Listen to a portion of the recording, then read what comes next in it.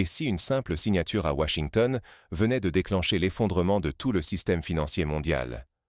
C'est exactement ce qui vient de se produire. Pour la première fois dans l'histoire moderne, les États-Unis viennent de franchir une ligne rouge économique que même pendant la guerre froide, personne n'avait osé toucher. En quelques jours à peine, le Congrès et le président américain ont acté la confiscation totale de 300 milliards de dollars d'actifs russes, non plus gelés et récupérables, mais expropriés de façon irréversible au profit de l'Ukraine. Cette décision, baptisée « Loi sur l'utilisation des avoirs souverains russes pour la reconstruction de l'Ukraine », équivaut, pour la Russie, à un acte de piraterie internationale, une déclaration de guerre économique sans précédent. La réaction de Moscou a été immédiate et brutale. Vladimir Poutine, dans une allocution officielle, a posé un ultimatum à Washington. Soit les 300 milliards sont restitués dans les 48 heures, soit la Russie déploie l'ensemble de ses mesures de rétorsion. Confiscation des actifs américains sur son sol et dans les pays alliés, nationalisation totale des entreprises occidentales, rupture de tout paiement en dollars, et même, menace à peine voilée, des actions militaires contre les intérêts économiques américains à travers le monde. Ce qui est en jeu? Rien de moins que la confiance dans le dollar, la stabilité de l'économie mondiale et, concrètement, l'épargne et le patrimoine de chacun, partout sur la planète. Car si le dollar vacille, c'est tout l'édifice financier international qui peut s'écrouler, avec des conséquences dramatiques sur le coût de la vie, les investissements et la sécurité de votre propre avenir. Mais comment avons-nous pu en arriver là? Pour comprendre l'ampleur de cette crise inédite, revenons ensemble sur les origines de cette escalade explosive. Jamais, même au plus fort de la guerre froide, une telle mesure n'avait été prise entre grandes puissances nucléaires. Pourtant, le 14 janvier, le Congrès américain a adopté en un temps record une loi qui bouleverse tous les équilibres, l'acte sur l'utilisation des actifs souverains russes pour la reconstruction de l'Ukraine. Signée à la mi-journée par le président dans le bureau ovale, cette loi autorise purement et simplement la confiscation de près de 300 milliards de dollars appartenant à la Russie, gelés dans des banques américaines et européennes. C'est un tournant historique, un geste que Washington présente comme une réponse directe à l'agression russe contre l'Ukraine. Dans le détail, la loi prévoit que 100 milliards de ces fonds iront directement aux besoins militaires de l'Ukraine, tandis qu'une enveloppe de 200 milliards doit financer la prétendue reconstruction du pays. Officiellement, il s'agit de faire payer Moscou pour la destruction causée par la guerre. Mais en réalité, cette mesure sans précédent soulève d'immenses questions juridiques et historiques. Car jamais, même après la Seconde Guerre mondiale, de telles confiscations n'avaient été décidées sans capitulation formelle et jugement international. L'exemple le plus proche reste l'Allemagne nazie, dont les avoirs furent saisis après le verdict d'un tribunal international et la signature d'accords de paix. Idem pour l'Irak après la guerre du Golfe. Là encore, la confiscation d'avoirs a reposé sur une résolution du Conseil de sécurité de l'ONU. Même les avoirs iraniens, malgré les tensions avec Washington, n'ont jamais été intégralement confisqués sans processus international. Ici, les États-Unis s'appuient uniquement sur leurs propres lois nationales, contournant le droit international au nom de l'urgence politique. Le message envoyé au monde est clair. Si les États-Unis estiment qu'un pays est agresseur, ils peuvent, du jour au lendemain, saisir ses avoirs, sans attendre la moindre condamnation internationale. Et ce n'est pas qu'une affaire russo-américaine. Un tel précédent fait planer une menace sur tous les États, toutes les banques centrales et investisseurs qui placent leurs réserves dans le dollar ou sur les marchés occidentaux. Aujourd'hui, si la Russie peut être visée ainsi, rien n'empêche demain que la Chine, les pays du Golfe ou n'importe quel autre État ne soient exposés au même risque. C'est la sécurité juridique mondiale qui vacille. Car qui voudra encore confier ses économies à un système où les règles changent selon les intérêts du moment? Cette instabilité menace non seulement les États, mais aussi les entreprises et les particuliers. Votre épargne, vos investissements, la stabilité de votre vie quotidienne peuvent être directement affectés si la confiance dans le système financier mondial s'effondre. Mais ce geste spectaculaire n'a pas tardé à provoquer une réaction tout aussi explosive. La riposte de Moscou transforme désormais une crise juridique en confrontation géopolitique frontale. face à ce que Moscou qualifie de vol d'État, la Russie décide de frapper fort, sans précédent. Vladimir Poutine, dans une allocution d'une gravité extrême, pose un ultimatum clair aux États-Unis: la restitution intégrale des 300 milliards de dollars d'actifs russes sous 48 heures. Passé ce délai, prévient-il, la Russie répondra sur tous les fronts, sans retenue ni compromis. Ce n'est plus une guerre de communiqué, c'est un bras de fer historique. Le contenu de l'ultimatum est sans ambiguïté. Premièrement, si Washington ne restitue pas ses fonds, la Russie promet la confiscation immédiate de tous les actifs américains sur son territoire, mais aussi dans les pays alliés.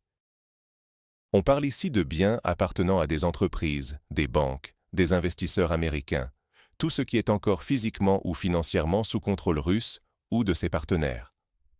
Selon le Kremlin, la valeur de ces actifs confisqués serait comparable à celle saisie par les États-Unis.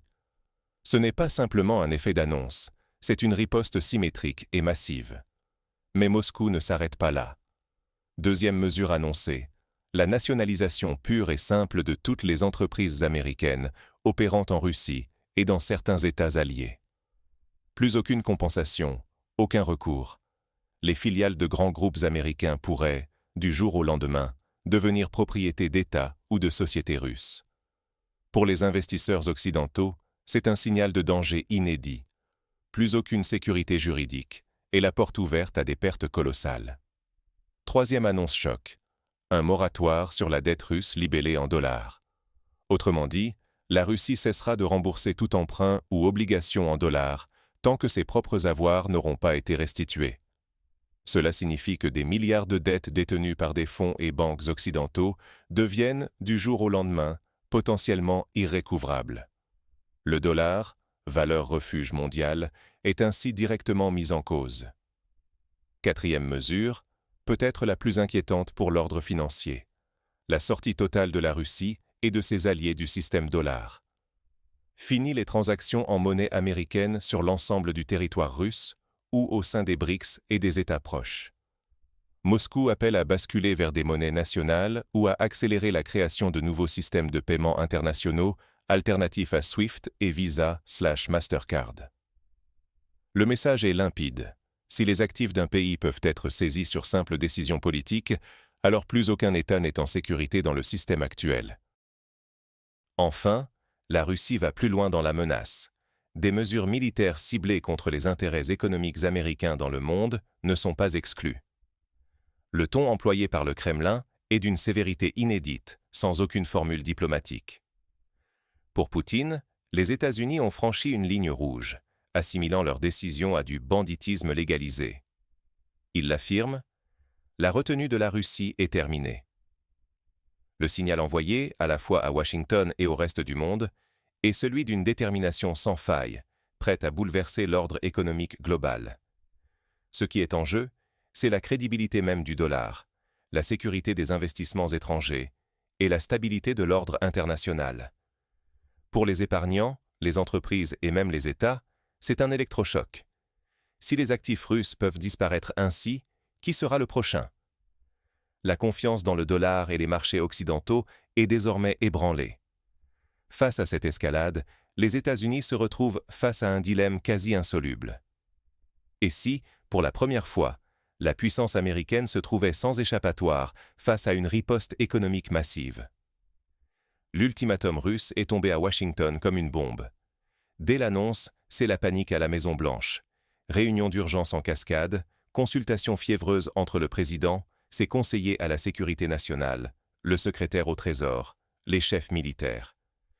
Un dilemme impossible se dessine: céder et rendre les 300 milliards confisqués, au prix d'une humiliation politique gravissime, ou tenir tête, au risque de déclencher un séisme financier mondial. Dans les coulisses du pouvoir américain, les divisions éclatent au grand jour. Les faucons martèlent qu'il est hors de question de capituler face au chantage russe. Reculer serait offrir une victoire à Poutine, affaiblir la crédibilité des États-Unis et exposer l'administration à une tempête politique sans précédent. Mais les pragmatiques, plus lucides quant à l'état réel des marchés, s'alarment. La Russie ne bluffe pas. Si Moscou applique son plan, les conséquences pourraient être cataclysmiques. confiscation immédiate des actifs américains en Russie et chez ses alliés, nationalisation sans compensation des entreprises, suspension totale des remboursements de dettes en dollars, et surtout, l'annonce choc que la Russie et ses partenaires, BRICS, Eurasie, alliés stratégiques, sortiront du système dollar. Terminé, les transactions en billets verts sur leur territoire. Place au rouble, au yuan et à une nouvelle unité de compte internationale. Pour Washington, ce n'est plus une simple affaire d'image. La stabilité même du dollar, et donc l'économie américaine, sont en jeu. Or, chaque tentative de compromis est rejetée par Moscou. Les Russes posent leurs conditions, intransigeants, et renvoient les Américains à leur propre logique de force. Les alliés européens, eux, hésitent, pris entre la loyauté transatlantique et la peur panique d'une récession généralisée si la crise dégénère. Bruxelles multiplie les appels à la désescalade, sans résultat. Quant à la Chine, silence radio. Pékin observe, jauge, et semble voir dans cet affrontement l'opportunité rêvée d'un affaiblissement mutuel de ces deux grands rivaux, sans prendre de risques directs. Dans ce climat d'incertitude totale, tous les scénarios sont sur la table. Le plus sombre, un effondrement du dollar, une fuite massive des capitaux hors des marchés occidentaux, une explosion de l'inflation et une récession mondiale incontrôlable. Les marchés financiers s'affolent à chaque rumeur, anticipant le pire. Une guerre économique ouverte, avec son cortège de faillites, de pertes d'emplois et de chute du pouvoir d'achat.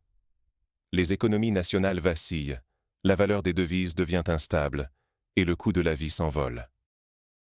À la clé, la fin programmée de la domination du dollar et l'avènement d'un ordre économique où plus rien n'est certain. Dans cette tempête, ce qui est vraiment en jeu, ce n'est pas seulement la face des grandes puissances, mais bien la sécurité de votre épargne, la préservation de votre patrimoine et la stabilité des économies qui rythment notre quotidien. Face à un tel bouleversement, une question s'impose. Quelles leçons pouvons-nous tirer de cette crise? Et surtout, quelles solutions avons-nous, nous, simples citoyens, pour protéger notre avenir financier dans ce nouvel ordre mondial? C'est ce que nous allons explorer tout de suite. Dans un contexte où plus rien ne semble solide, comment protéger votre avenir financier? Cette crise inédite nous prouve une chose, même ce que l'on croyait sûr ne l'est plus vraiment. On imaginait le dollar intouchable, les marchés occidentaux inébranlables. Et voilà qu'en quelques semaines, toute cette construction vacille sous nos yeux, simplement parce qu'une décision politique a fait exploser les règles du jeu.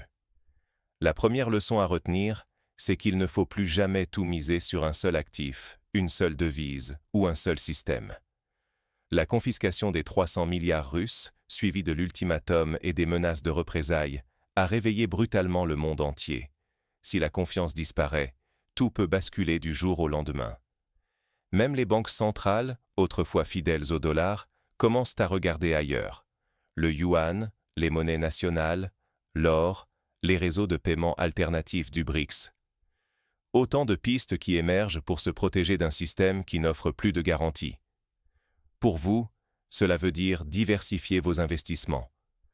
Ne pas mettre tous vos œufs dans le panier américain ou européen. S'intéresser à d'autres actifs, d'autres marchés, et surtout, rester informé.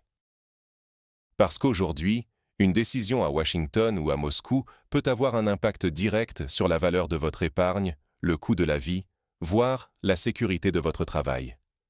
Il devient aussi crucial d'observer l'essor des alternatives au dollar. La montée des BRICS, l'utilisation croissante des monnaies nationales pour les échanges, le retour en grâce des métaux précieux.